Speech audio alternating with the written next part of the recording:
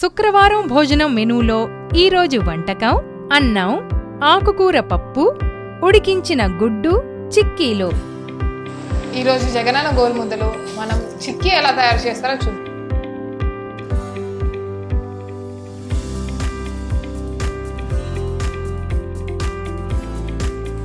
చిక్కీలో వాడే పదార్థాల గురించి చెప్పండి.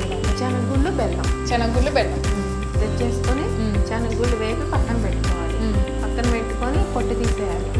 పొట్టు తీసేసిన తర్వాత బెల్లం తెచ్చిన బెల్లం చెదకు కొట్టేసి గిన్నెలో వేసి పాకం పట్టాలి.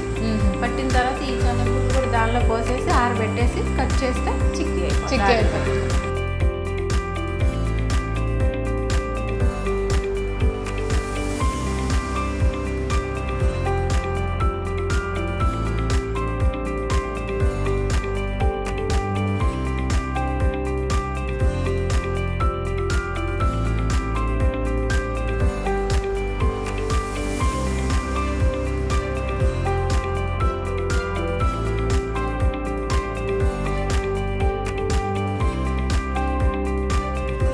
జగనన్న గోరుముద్ద అనేటువంటి కార్యక్రమం అత్యంత విజయవంతమైనటువంటి కార్యక్రమాల్లో ఒకటి.